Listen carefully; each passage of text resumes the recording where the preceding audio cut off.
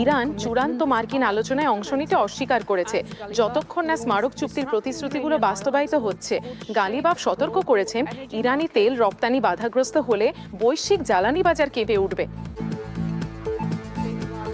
JD Vance বলেছেন, Hormuz প্রণালী দিয়ে তেল পরিবহন যুদ্ধ পূর্ব স্তরের চেয়েও বেশি হয়েছে। লেবানন ইসরায়েল কাঠামোকে যুক্তরাষ্ট্র ইরান স্মারকের সঙ্গে সংযুক্ত করা হয়েছে।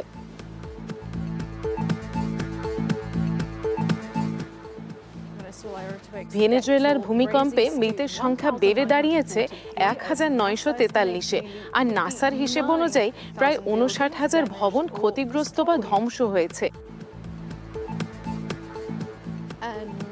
এবং মেক্সিকো ইকুয়েডরকে 2-0 গোলে হারিয়ে ফিফা বিশ্বকাপের শেষ ষোলোতে উঠেছে। অন্যদিকে কিলিয়ান এমবাপ্পের জোড়া গোলে ফ্রান্স সুইডেনকে 3-0 ব্যবধানে সহজেই পরাজিত করেছে।